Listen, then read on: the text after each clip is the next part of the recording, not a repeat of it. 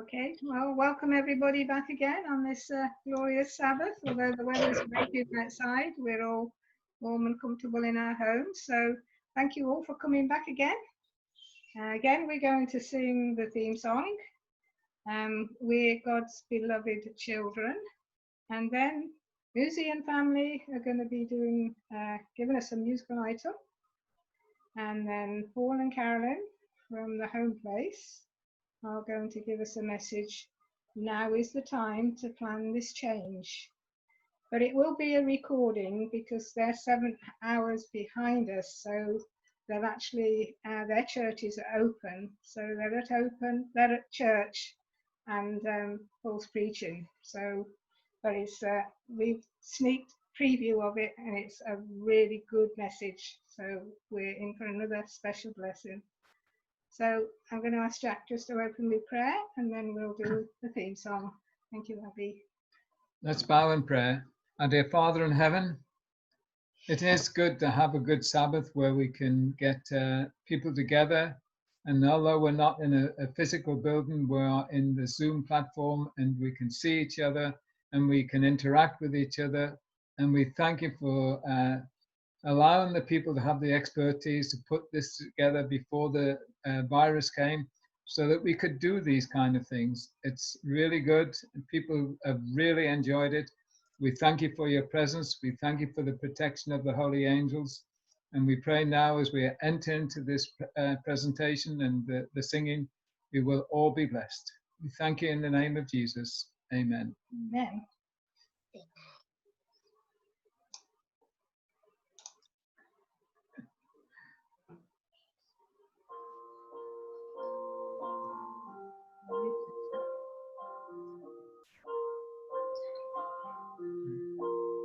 Even we speak of God's beloved ones, and precious in His eyes. God has made us for His pleasure, and gifts He won't despise. He sent His Son into the world to save us from our sins. Jesus came to showers holiness and Lord is He within. Not the Father has given all us to be like them. If we make God alive, He will rise. His glory live, God will bind us together in earth, as far as one. When we make God alive, we are become His son.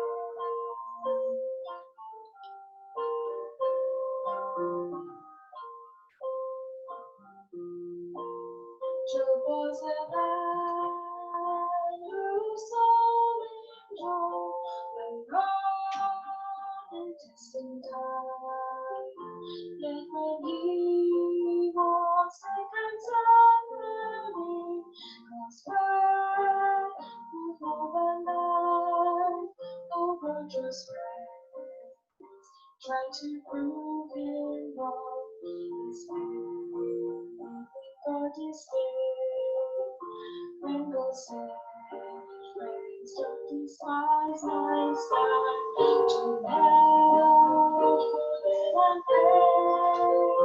God the Father, Son, and Spirit, all time to be like them.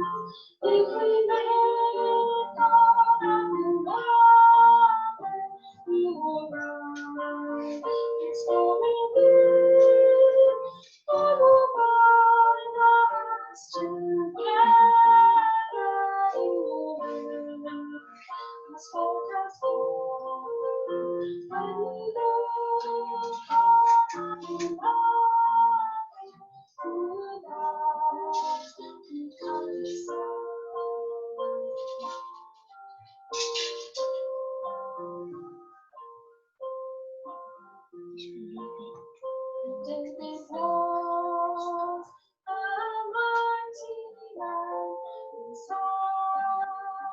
night is long.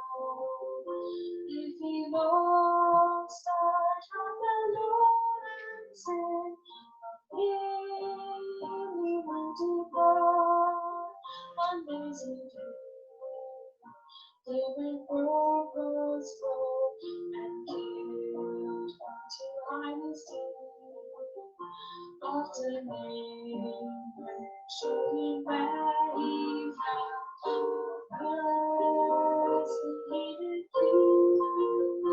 On the throne as high as we are told us to be like them. If we make our Lord, we will run. It's only you, God upon us to carry on. 'Cause what has won when we look on our Lord, we come servants and again, and nothing's passing for you. Reckon and say, oh my Lord, I did love you, how I'm glad to live and stay in your presence all the day long. I will come to earth and bound, singing my own story, my song, and the Lord is in my life.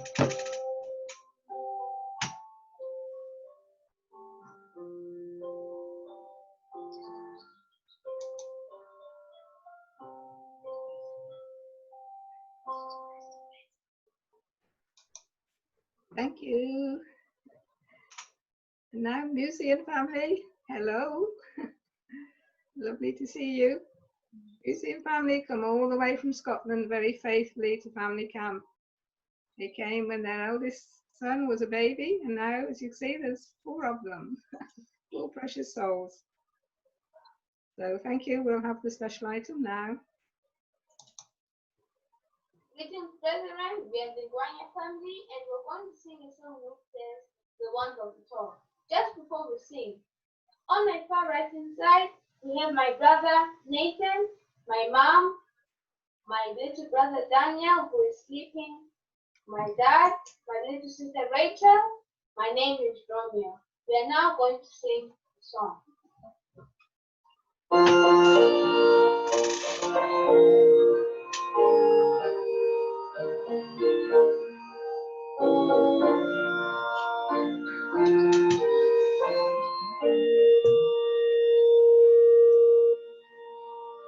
Praise the one who stands and we hear.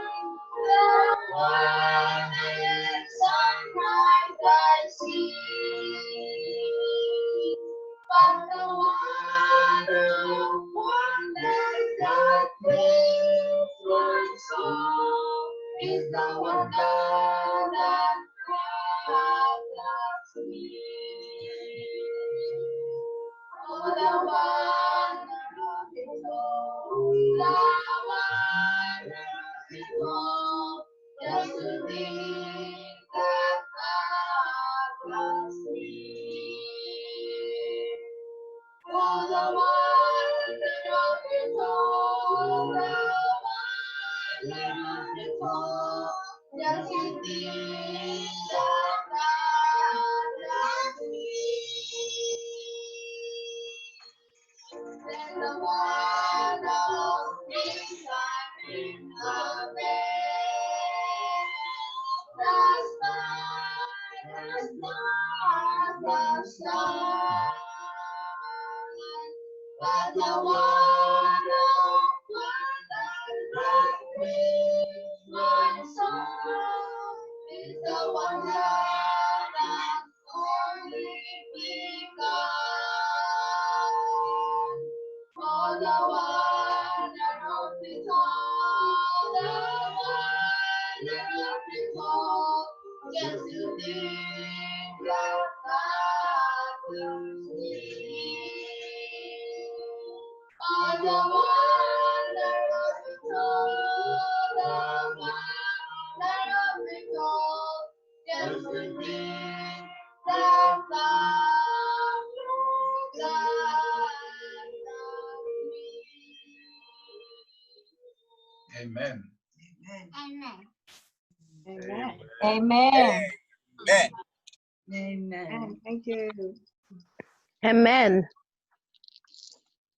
Now is the time to plan this change. Paul and Carolyn.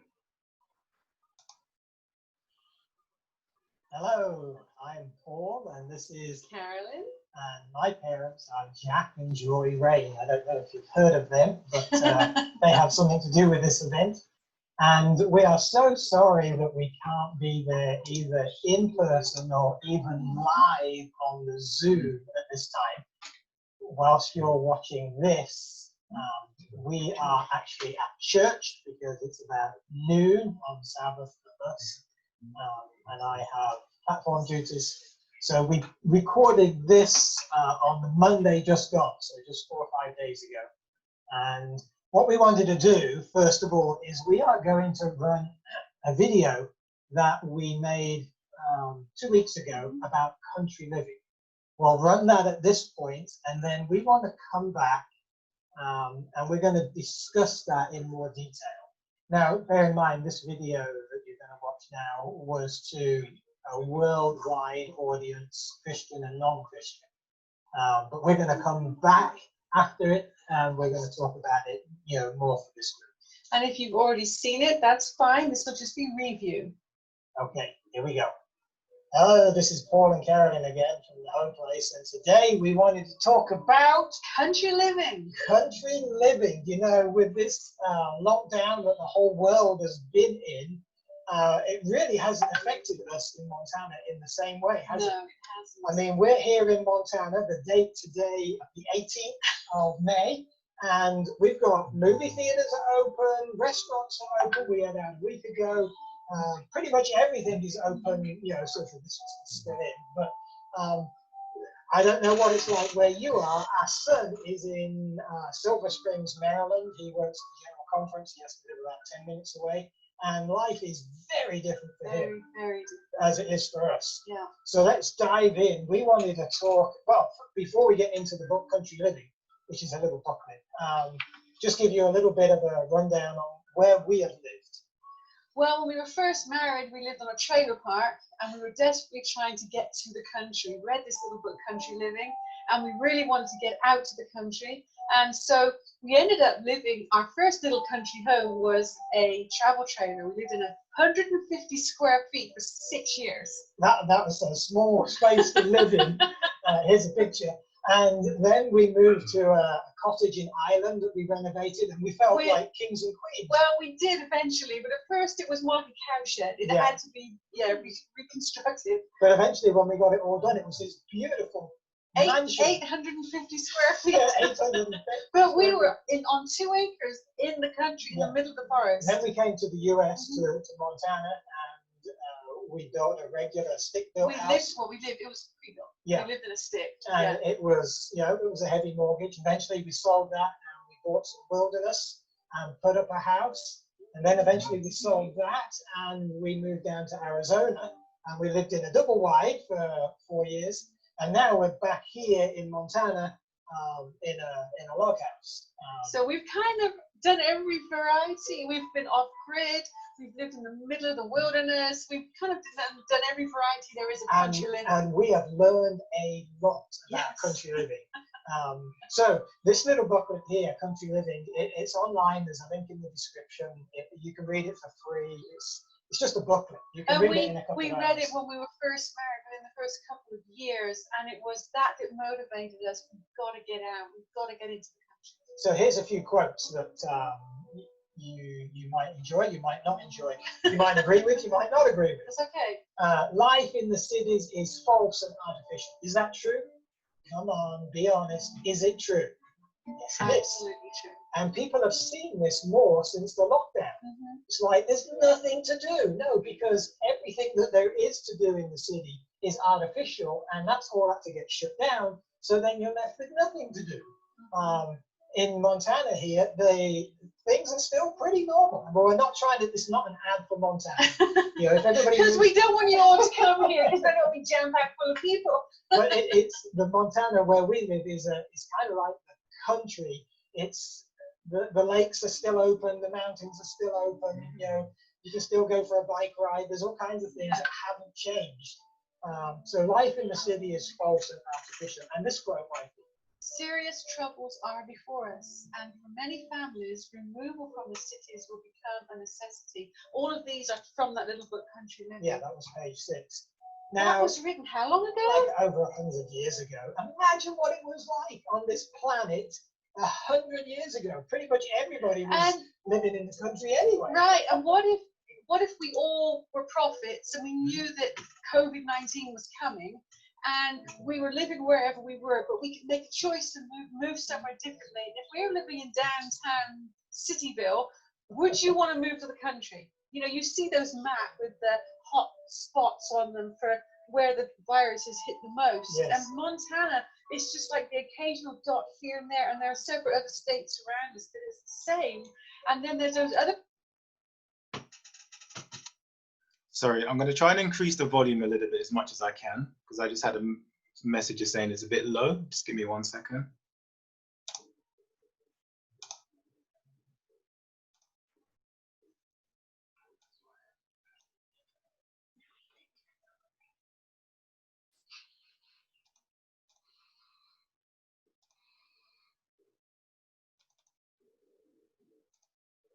Places like, woo, those are super hot. Yeah. If you could, would you not choose to move from there before you hit something like So this was 100 years ago. Right. Serious troubles are before us, folks. We're in it. And We're in this serious trouble. This isn't as serious as it's going to get. I mean, this was serious. It's probably the biggest kind of thing that's happened for a long time. But for many families, removal from the cities will become a necessity. That's still ahead of us. And I think that to me, the thing that I've gotten out of the current phase of life that we are in is God is giving us a big warning. Wake up and shake up. Do what you need to do. I think that's what God is telling us. Yeah. Country living is a big part. You were telling me about a sermon you listened to, Bradshaw. John Bradshaw, Yeah. Pastor Bradshaw. And it was fantastic. He was talking about the signs. Is this the sign of the end? And this was pre-COVID. Right. This was the other things that the world has seen. And he was talking about Pearl Harbor and how the signs were that there was those planes coming, and the two guys that saw that didn't believe it. And of course, we know what happened as a result. And then he was talking about the Titanic and how 9 times, I believe it was, they were sent a warning, iceberg ahead, and they didn't believe it. Well, I think God's giving us some big warnings right now. It's time to just get out while we can. So the signs are here, but we can be like the other people who are boxed in those stories into their reality. And it's like, yeah, we see that, but we don't know how it fits with our big picture. So you ignore it, and then the consequences come. The planes did come into Pearl Harbor, and the Titanic did hit the iceberg. And for many families are going to get stuck in the city and going to wish they got out. And that's why, you know, any one of us can go on our phones and look and see what the map of the US looks like and where COVID is hit, and you can see where you don't want to be. So another quote, this one says, again and again, the Lord has instructed that our people are to take their families away from the cities into the country. Couldn't be clearer. I mean, we didn't write this, we're just reading it, and we're reading it for you so that if you're watching this and you're in the middle of downtownsville, please, we have no condemnation for you whatsoever. That's just where you are. Because our son is there. Yeah, and we've been there as well. I was born and raised in the city. Right. You know, I loved it. But the point is that hard times are coming, especially on the cities, and God is in his goodness and mercy is giving us a chance to get out. And if God is calling us to get out, he will make the way. Many of us will not move out of the city into the country purely because of fear. Right. I don't know what it's going to be like out there. You know, I might get eaten by a bear or a rattlesnake, or, you know, a tree might fall on my house or something. I don't know what your fear is. I might not be able to make a living. But those are paper giants. Those are not real things. They are just real fears in your head. Well, and I think that the current crisis that we're a part of has made it clear why the cities are the places we don't want to be. Because before that, it wasn't necessarily super clear, but now all of a sudden, something that means we've got to be kept apart in a social distancing way. It's very difficult to do when there's so many people. This quote is just right. a classic. Want to read this one? Yeah, go ahead. Get out of the cities into rural districts where the houses are not crowded so closely together. Let's see if we can do that together. Where the houses are not crowded closely together.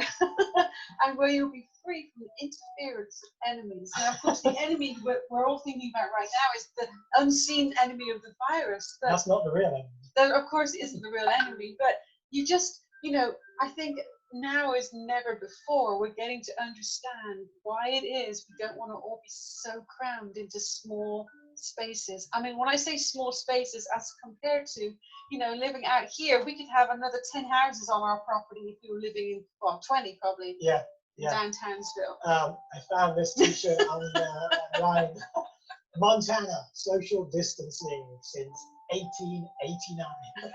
And you know, you'd have to throw in other states, Wyoming and the Dakotas, and then there's a lot of states around here that don't have much population either. But I thought you'd get something out of that. Here's another quote: "Educate our people." That's what we're doing right now, folks. Educate our people to get out of the cities into the country, where they can obtain a small piece of land. Why would we want a small piece of land? We'll talk about that in a minute. And make a home for themselves and their children. So what's this small piece of land for, Mike? Is that well, it's to put your home on for a start off. Put your home on, yeah. And it isn't, and all your toys. No. It isn't to have all those junk trucks. I mean, that is a thing about when you live somewhere like we do, that you do get to see that. You know, Montanans will, or anyway, country people. I wouldn't. Sometimes we'll do that. I wouldn't be allowed to have any junk trucks. No, because I think it's horrible. But no, that small piece of land is not to do that. It's to cultivate and to start to grow things. Not because we're going to be self-sufficient now. We're never going to go to Costco. We're never going to go to Walmart. And we're going to we're going to grow our own grain, and we're going to grind it and make our own flour. And that's that. There are people that do, and that's great. But that's not really what this is about.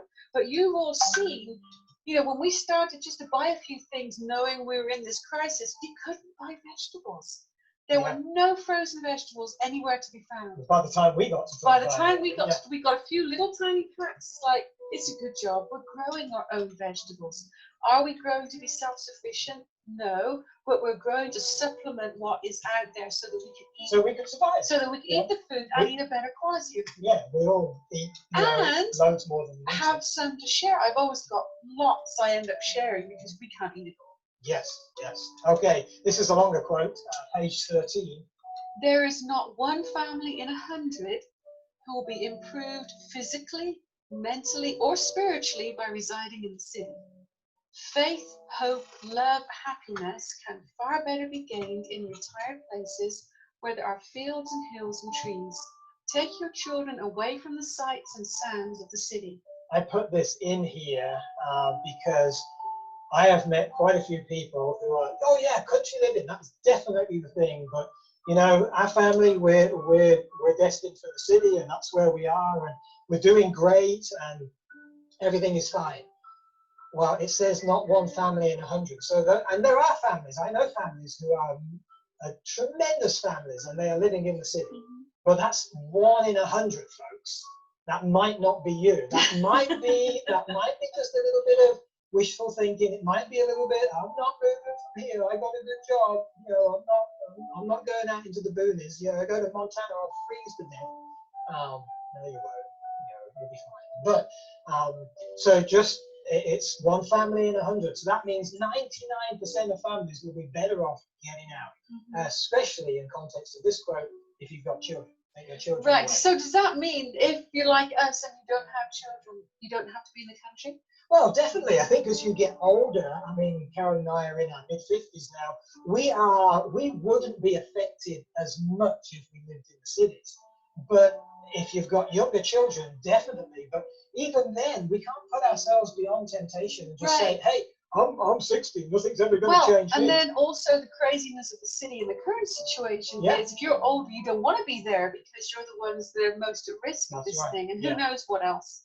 Yeah, what crazy thing we're going to come up with next. So moving from the country, we haven't got time to go through the mechanics of how to do this. There's plenty of presentations. I'll put the links in the description below that we've done over the years. But this quote, God will help his people to find such homes, in context this is country homes, outside the cities. God's going to help you, folks. That's a promise right there for you. We claimed that promise when we had no money to our name, no clue how we were going to find a country home, and God did just that. Yeah, when we started looking for a country home, we had this much in the bank. Nothing. Zero. Because we just come back from being missionaries in Africa, and that's another story. Yeah, but God did it. He did. So God will help Paul and Carolyn. That's not what it says. God will help his people. But it's balanced with the very next quote. Yeah, go with the next one. Many will have to labor earnestly to help open the way. I want to emphasize the many labor earnestly to help open the way. That means God is going to do his part and find us those, but we have a part to play. That means leaving no stone unturned. That means being willing to say, okay, we're going to move forward. We don't know where we're going or what we're going to do. We've been there, we've done that. And God will do his part, but we have to do our part. So this was just some encouragement from Paul and Carolyn at the home place in the times that we are in. I mean, this will pass. You know, maybe it'll be another couple of months. Maybe it'll be another couple of years. Who knows who's to believe? But this will pass. And probably the conviction to get out of the cities into the country will pass as well. So we are pleading with you now, whilst the opportunity is there for you to decide, okay, we're going to do this. We're going to get out of here. And it's going to be risky. You need to pray about it. You need to do it properly. You don't have to go off in a huff and a rush and, you know, make bad moves, but go prayerfully and carefully, take counsel. But brothers and sisters, anybody who's watching, this is God telling us, get out into those quiet places.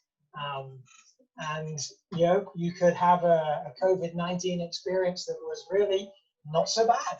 There was a quote there that talked about the sights and sounds of the city. I'm not sure which one it was now. Hopefully I don't look back on that. But so we moved to the country to be away from all of that. But there, back in the day when these statements were being made, that was very true. You moved from the city, you left it all behind. Yes. But let me tell you something. Today, we don't leave it all behind. And when we move to the country, we've got these things in our possession. The city can come with us. Oh, yeah. And many parents have moved to the country from the city, not realizing the city came and that their children are so now involved in their phones that the experience of country life still isn't really happening. That doesn't mean we throw the phone away. That means we manage the phone. It's when we move to the country, or we've got to manage the router. The router will give us an interstate back to the city that we can do in a flash. Right. So if we've moved to the, and we haven't even gone into the fact that you could go and live on top of a mountain in the most desolate part of Montana and still have, you know, 4G or 5G and have the most worldly experience possible. So you've got to manage the Wi-Fi, you've got to manage the router, and you've got to know that country living is a change of heart. It's not just I live in the country now and I'm It's not saved. just a new address. Yes. It's a new way of thinking. And my encouragement for those of you that aren't there yet and that you are still in the city, we are going to do a video, hopefully it's going to be up here soon, of what you can be doing to start growing things from your city apartment where you are. Because, you know, it's all, well, when I get to the country, I'll do this and I'll do that. But you can start right here and tons now of things you can do where right you are. So we're going to give some encouragement to that here, hopefully the next video. Okay, well, we wanted to sign off. This is Paul and Karen for the home place. God bless, and we'll see you in the country.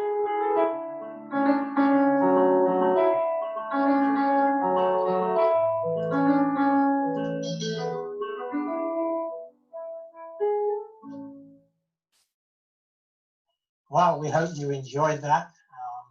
Programs like that go up every week on Facebook and YouTube. So If you're a Facebooker, do a search for the home place. You'll see tons and tons of videos. I mean, tons and tons of them. Well, Loads. lots of videos. Lots, yeah. You don't weigh them, but there are lots of them. And then if you're more of a YouTuber, please go over to the Home Place channel. You can search in YouTube, Home Place channel, and then subscribe to the channel. That would be great. And then if you hit the little bell every time we put out a video, which is normally, you know, Wednesday, Thursday, Friday of each week, you'll get a notification and you can be the first to watch it. So let's carry on with our country living theme. You know, Carolyn and I, as well as having lived in all those different places, we have traveled the country and Europe. When I say the country, I mean the US, giving presentations on marriage and family and parenting and country living and the practical Christian life. And so we have met a lot of people. And you can think, as you think of your family, oh, we're just a mess. You know, country living, that might be good, but it never solve our problems. But I just want to tell you, there's a lot of families just like your family.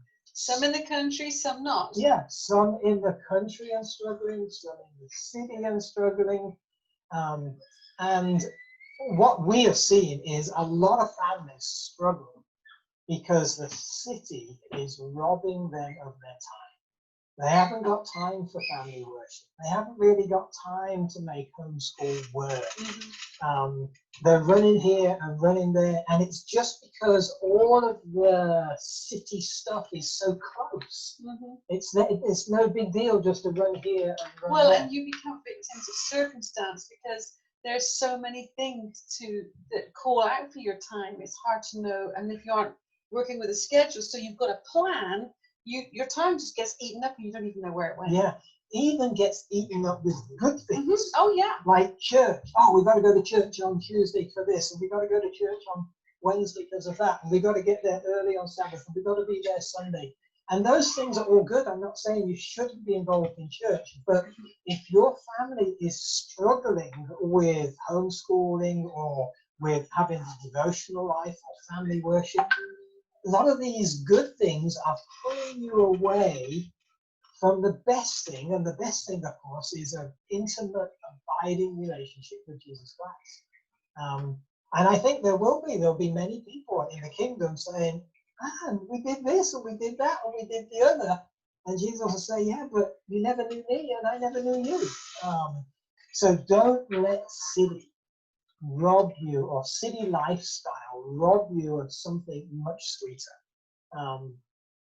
I hope, and I do believe, looking at the schedule in advance, that in this Zoom family camp, you've had some discussions on homeschooling and education, and that is, we haven't been able to tune in, but that is good. That topic needs to be addressed. There's definitely an agenda to give our children a false education, and that leads to so many other things. But having said that, if we do all of the homeschooling and we pour our energies into that, but we don't control the associations of our children, then it blows out of the water for the most part what we have poured in, because whilst they're around us a lot, they are influenced by us, but children are always most influenced by their peer group.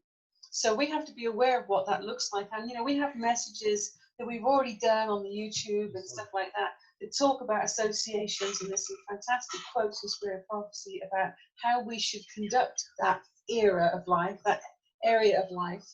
But we need to be around, we need to be part of it, or we need to pull the plug on some associations if it's necessary to do that, if we see the negative results on our children. So association is really important. Yeah, and country living, of course, is part of the solution to association. It's not the whole solution by any means, because you can live out in the country and you can have a neighbor, you know, half a mile away who's got a rascally kid the same age as yours, and they get together. Well, and that's how it used to be. It used to be that's what you had to look out for. But nowadays, I don't have it with me, but nowadays, if you've got your phone and you go to the country and you have a phone and your children have access to that, all of a sudden they have access to all kinds of people. Yeah, not just association they have. Not just the guy down the street, but the guy in the next town or the guy in the next country even. Yeah, yeah, or the child abuser or the.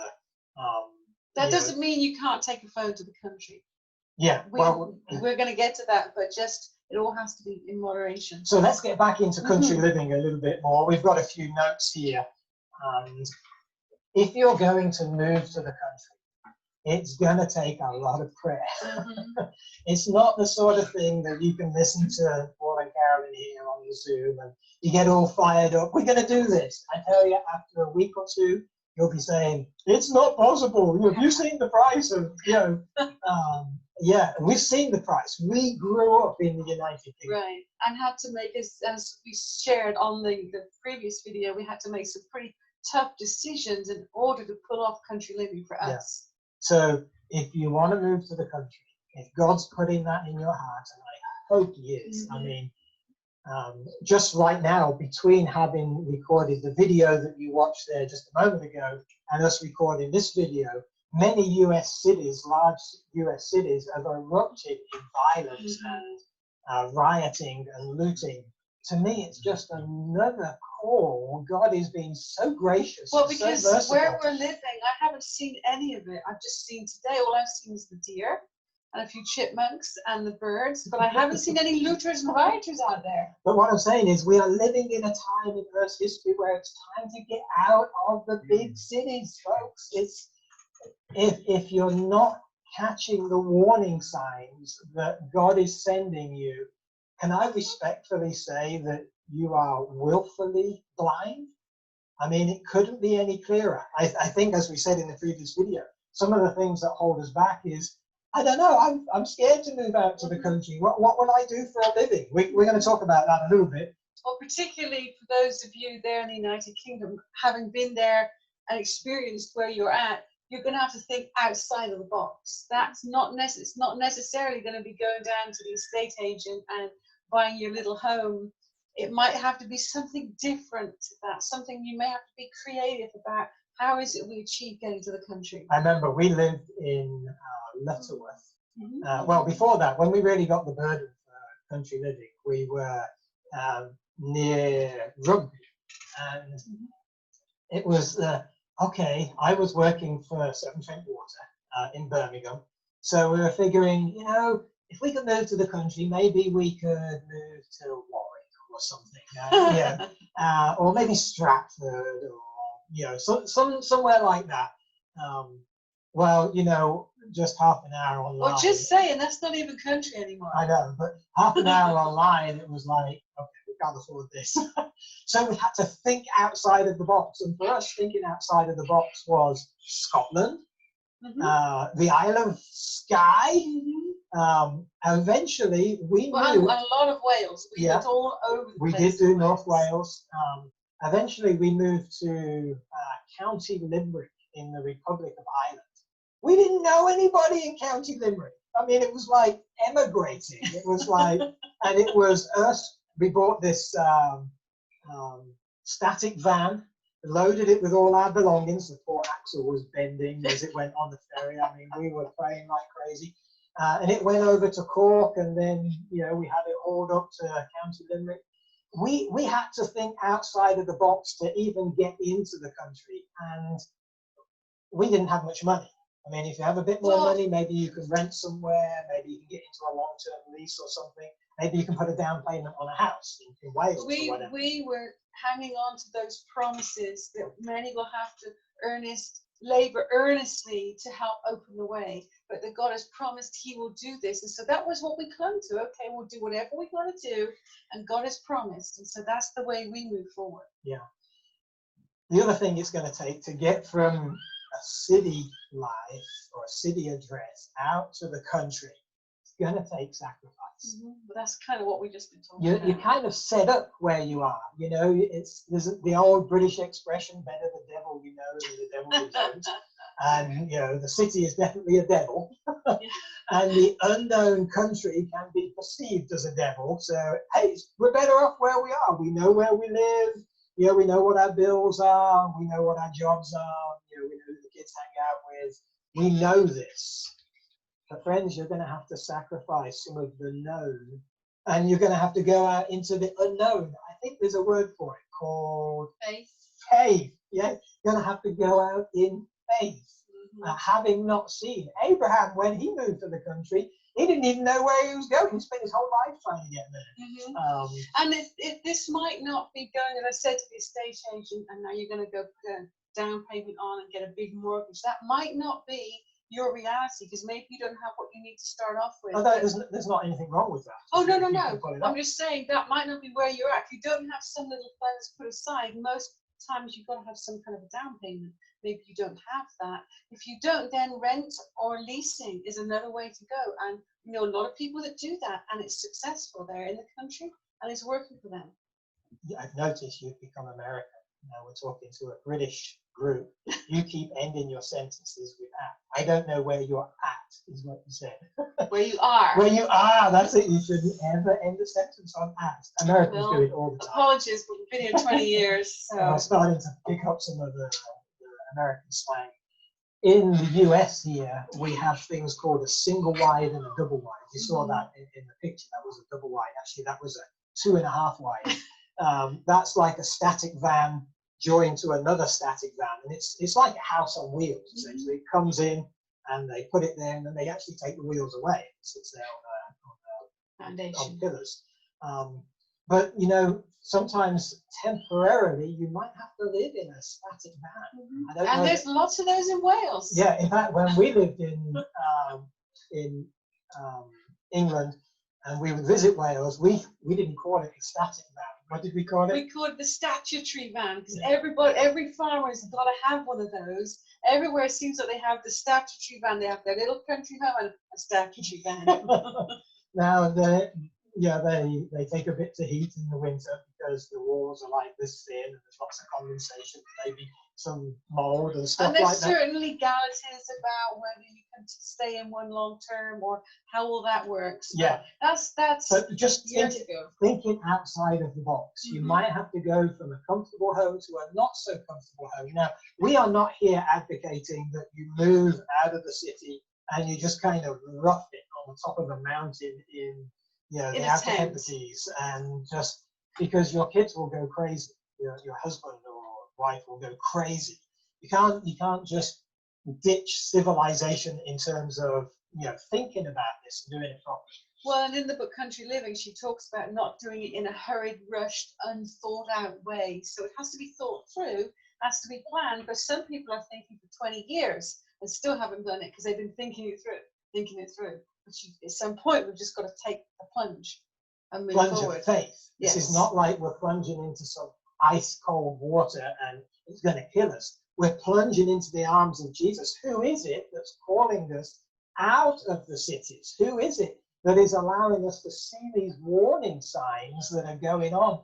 It's those quotes that we read in the previous video. That came from a loving God. He wants us out because he knows what's coming. If you knew something bad was coming to your family, maybe you knew the stove, the cooker was going to blow up. Wouldn't you be saying, family, let's get out, let's get out? That's a love response, let's get out. It's not a fear response. So where are you going to go? Maybe you're in London, maybe you're in Birmingham, maybe you're in Manchester. I don't know where you are. Where are you going to go? Well, a lot of it depends on work. Where does your income come from? Well, it depends what you do. We discovered back when we were looking way back is you've got to find the most difficult thing first. So if you've got a job where you could go anywhere, you could work from home, it's easy to find work, then you want to look for the country home.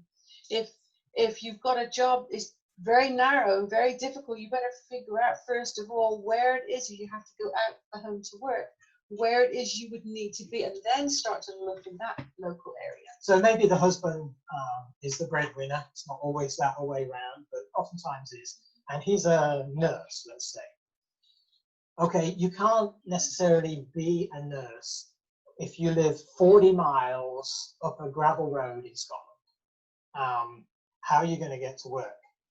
So you've got to be just outside of a big city, and that's unfortunately where the properties are quite expensive, just outside the city, because Everybody wants to be just outside the Right, city. so they can get to work. Why does everybody want to be just outside the city? Hello, for the same reasons as us. Actually, not even for the same reasons. Some people aren't doing this because they want to glorify God in their characters and their families. They just recognize it for what it is. It's a dumb place to live now in this place, this time in Earth's history.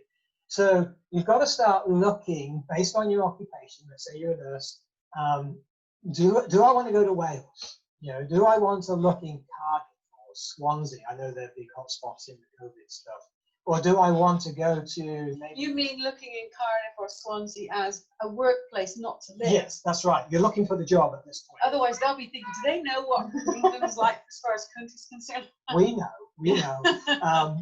Maybe you're a builder, and you could pretty much do your work anywhere, plumber or we call them contractors over here. Then you've got a little bit more room to work with, but you've got to sit down and pray, think and discuss, and where could we go? Where do we want to go? Some people want to go south. Now, obviously, it's more expensive in the south of England versus going north, and the reason is as you go north, the pay is less and the weather is worse.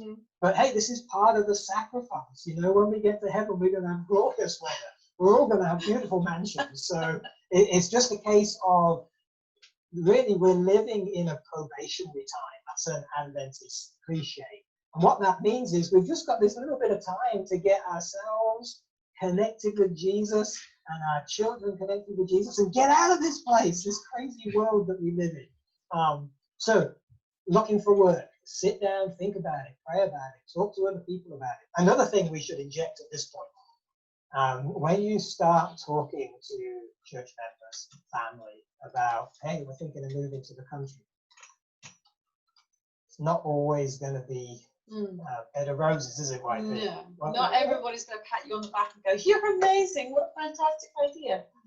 Most people, particularly Adventists, recognize that country living is the right thing to do. It's a smart thing to do. Right.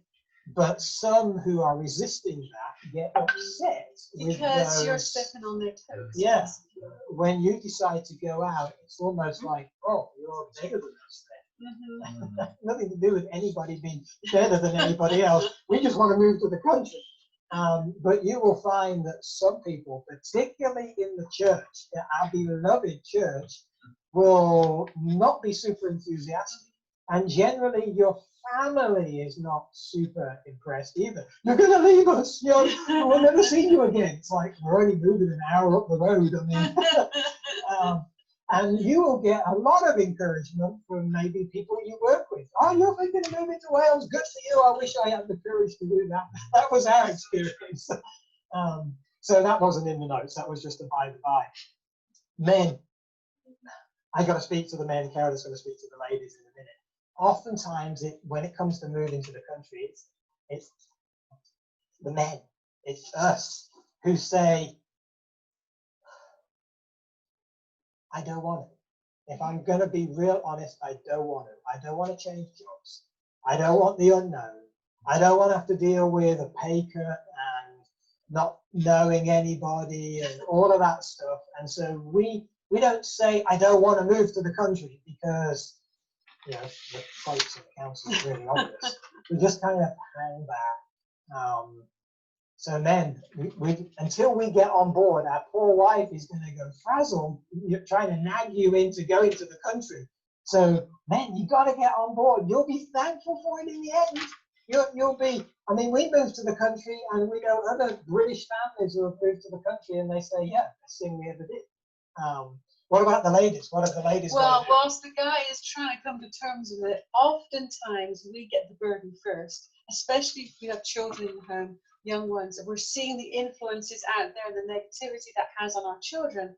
Often we get the burden and we're the ones kind of champing at the bit to get going, and the guys are like, whoa, whoa, whoa, but I gotta get a job. And so ladies, if that's you, spend more time, and I mean this respectfully, it's almost like not that you nag God, but put your energies that way rather than that way, and then God can download that way And he's like he does it much better than we do. He knows just the way to put it on the hearts of our husbands. So be praying, be doing what you can do where you are. And yeah, even if you're in the city and there's a lot of stuff going on around you, you don't have to expose your children to all that stuff. You can say no. And you can choose a different course, even whilst you are presently where you are, to make where you are more livable until that big time comes. The other thing, ladies, is you can't nag your husband into moving to the country instead of you starting to do some of those things that you're going to need to do to get to the country, like clearing out some stuff, like throwing away or taking to the charity shop a bunch of stuff and simplifying things down. If you're going to move to the country, everything you own, everything around your house right now, in your house and out your house and in the garage and all of that, it's all got to go into boxes or a van at some point. So if there's a lot of stuff that you don't need, instead of nagging him, get on and show him that you're serious about this. And don't go throwing away his tools. You might need those when you get there. So, Mikey, you wanted to talk about... So what do we need to look for?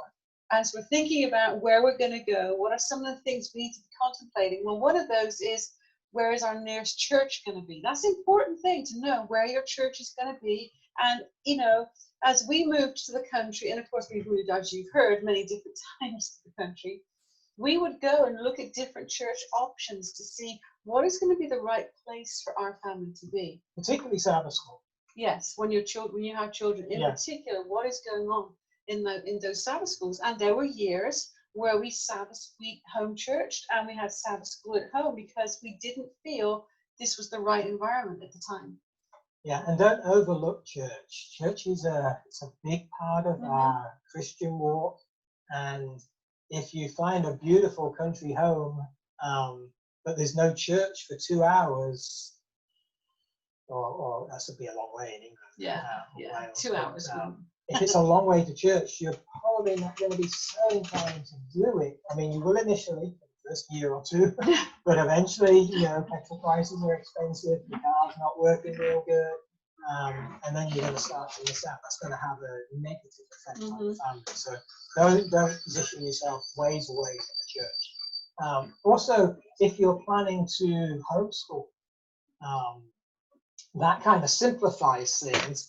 If you're planning to send your children to a small Christian school or something, you know, you've got to do that. You've got to do your research, check it out, find out the right place. We homeschooled both of our children. Of course, we were in the US by the time we did that. And we had zero regrets for homeschooling. Was it a huge commitment? Was it like a full-time job for my dear wife, especially in those early years? It was. Definitely. But absolutely so thrilled we had that privilege. And it wasn't really, when we look back on homeschool, it wasn't really that, oh, they got superior education. They can add quicker and they can write better and, you know, things like that. They're average kids when it comes to, you know, the 3 R's. But when we look back now, our kids are 21 and 23, left home, out in the workplace. When we look back on homeschool, it was the connection that we gained with them that homeschool gave us. We had some fights as well. I mean, not physical fights, but arguments. But we were in the country homeschooling, and that bound our hearts together. It wasn't all smooth, but it bound our hearts together. And probably the biggest thing, and we alluded to this earlier on, is it gave us opportunity to protect their associations. Now we have zero control over their associations. They can hang out with whoever they want. Except there's a lot of prayer that goes up and is downloaded and can help them in, I don't think I want to do this, and I don't think I want to do that. So that aspect never ends. But more than that, we explained to our children as they were growing up, hey, we don't want you befriending such and such because of this. And I remember one particular family that we had to say to them, you can play with them sometimes, but as far as, you know, being bosom buddies, it's not going to happen. and they didn't see it, and they were younger, and they said okay, but as they grew up, they saw that family go completely out of the church, completely wayward, and they actually said to us, parents, we never saw any of that. How did you know that? It's like parents know a lot of stuff. Because we're parents. Because we're parents. Okay. Something else to look for is what climate are you moving to? If you're a really big gardener, then the Outer Hebrides, or you want to be a big gardener, the Outer Hebrides might be a little tricky. Maybe not, but it might not work so well for you. So you need to be figuring out the kind of climate that's going to work right for what you want to do. Now, I realize within the United Kingdom, you know, when you live in the US, we've got huge, vast differences in climate across the country. And so you can kind of move to a generalized area for a specific climate. England's the same. It's just, it's fairly damp and wet. Well, not this last week. I know we've been having glorious weather. But generally, yes. So you don't have, there's not so much of that to think about. But that is, there's a lot of things to be contemplated. And what are you going to do for fun stuff? You know, you're moving somewhere where there's not a whole lot to do. Yeah. Figure out what's out there. Are there parks you can go to or things you can go do out there? The Isle of Wight is got a very different climate to the Outer Hebrides. I hadn't thought about the Isle of Wight as a country living experience, but I've never been to the Isle of Wight, believe it or not. I've been there dozens of times. Never been. It's expensive. Cautions. What to avoid. Cautions, yeah, things to avoid. Hey, we found this super cheap house, we can afford it, and it's wonderful, it's just, we're going to do it. And it's 20 miles up a mountain, it's halfway to the top of, you know, Snowdon. You know, there's a reason why it's cheap, because it's going to make, you know, Mrs. White talks about not bringing the time of trouble upon ourselves before we get to the time of trouble.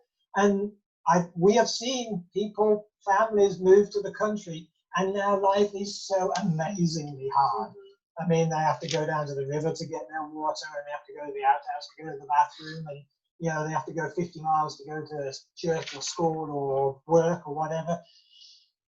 Think about it. I mean, we're not opposed to you doing those things temporarily as a means to getting to the next stage, but don't just settle in for some crazy outlandish living because it's country living, and you happen to go and look at it on a nice summer's day, and you're forgetting what it's going to be like in November, December, January, and February. Right, and the other side of that is living in suburbia, where we live right on the edge of town. Well, it's a little bit more country because I can see a few trees, a few hills, but you know, there's still a lot happening. And again, it depends upon the age and stage of your family. A little different when you're our age, young people flown the nest, or your parents' age. But when you're a family with younger children, you need to be thinking about all the things that you'll be drawn into if you live too close to the city, as opposed to, as well as being too far. So there's a balance. There is a balance, but generally, if in doubt, be a little bit closer in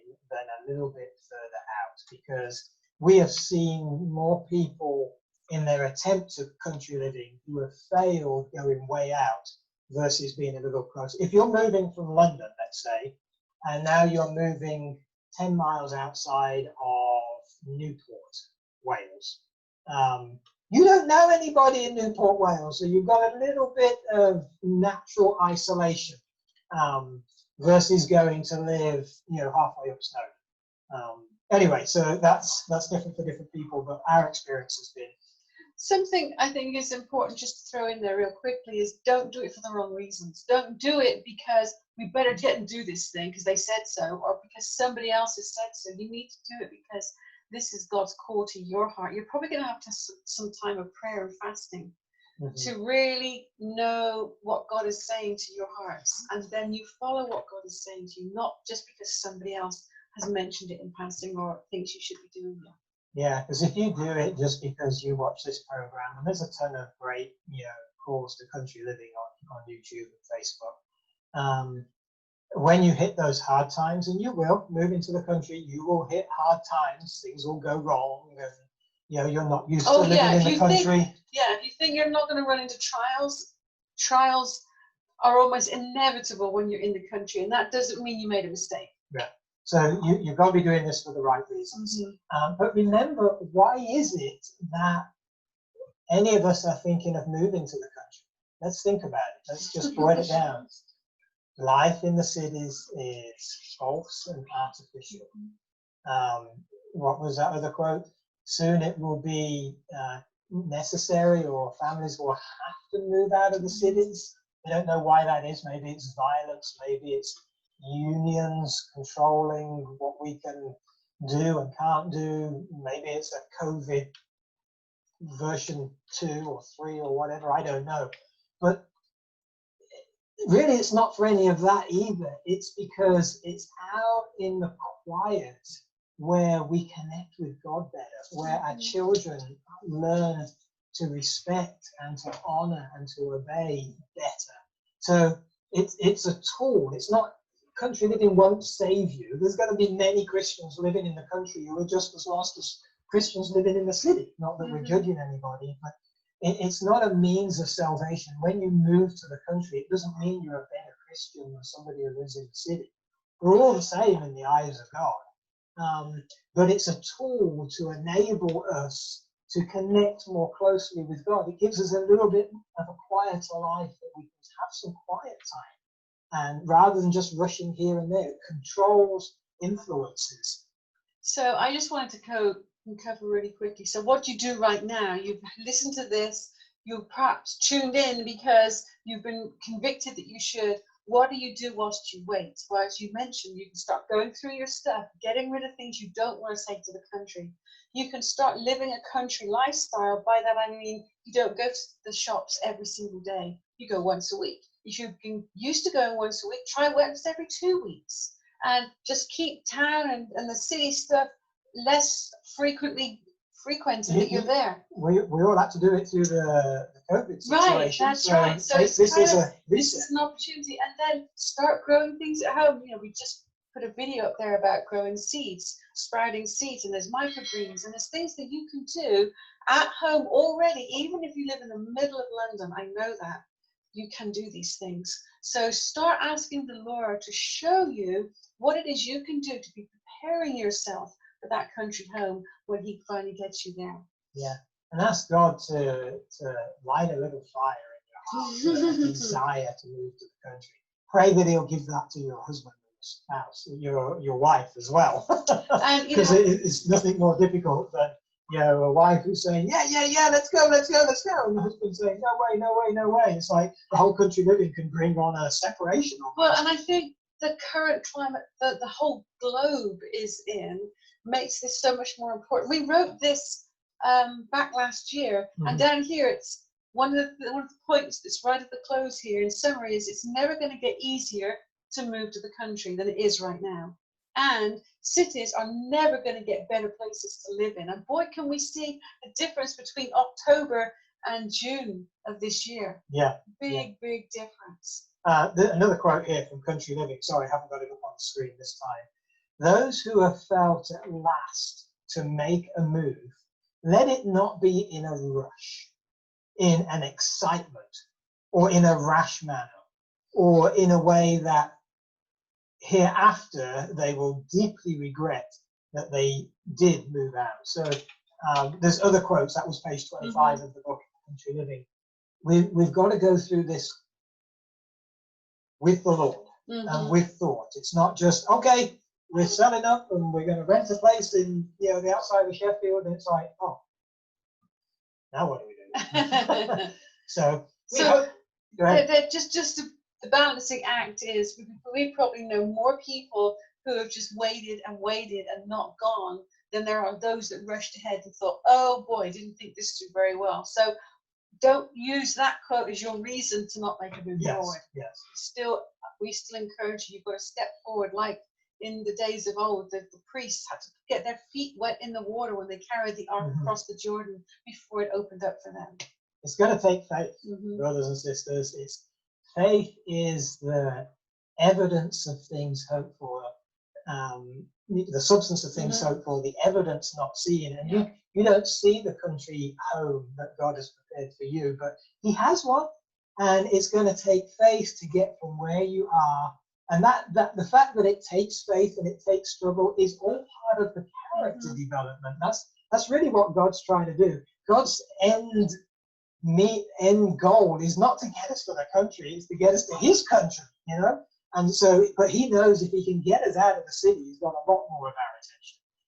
Right, and pray for a willingness, I think, as well as praying for faith. Pray for a willingness, because it may not be, you may have an idea of a mile, an hour's drive away radius around from where you live currently, but that might not be in God's plan. As it was for us, he moved us from England to Ireland. We didn't expect that. We didn't plan on that, but and then he moved us from Ireland to Montana. Right, it's like 5,000 miles. So you don't know where he might want you to be. So you have to be surrendered to his will in this matter, not just your will. Well, this is the end. I'm not exactly sure what comes after this. I think Joseph is moderating or hosting, so maybe there's going to be a special music. We want to close with prayer, and then I'm not sure what happens next. Alrighty, let's bow our heads. Father in heaven, thank you that even though we were not able to all get to Kevin Lee this year because of the current situation, that we were able to meet here on Zoom. And Father, we ask that you would bless each of us in our walk with you. Father, thank you for the faith you've given us, but I think more of the prayer is help my unbelief. Father, thank you for your grace. Thank you for your truth. Thank you for all the presentations we've had here. And Father, I just ask that you would put it upon each of our hearts to make a real go of country living. If we're already in the country, then it could be a reset to a simpler life, managing the phones and the internet and all of that.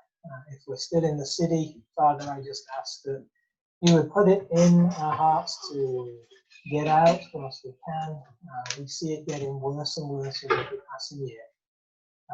And Father, thank you for your grace. We ask your blessing on the last little bit of Sabbath that's left.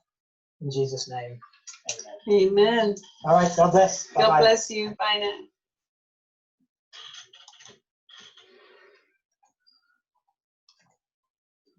Carolyn, There we are now. I'm sorry about the quality.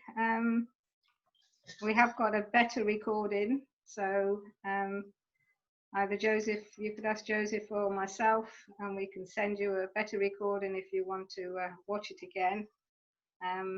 But I hope you managed to learn some things from it, and at least we could hear what they were saying. It was the video that wasn't quite in sync, but just please let us know if you want the link to a better recording. I can always send it out on an email anyway, so people have it. Right. Yeah. Yeah. Yes, it was just the it's Saturday night, I guess, and the bandwidths are a bit small. Yeah. Yeah. That's a good message. So you can all unmute yourselves now and talk together. So who's moving to the country?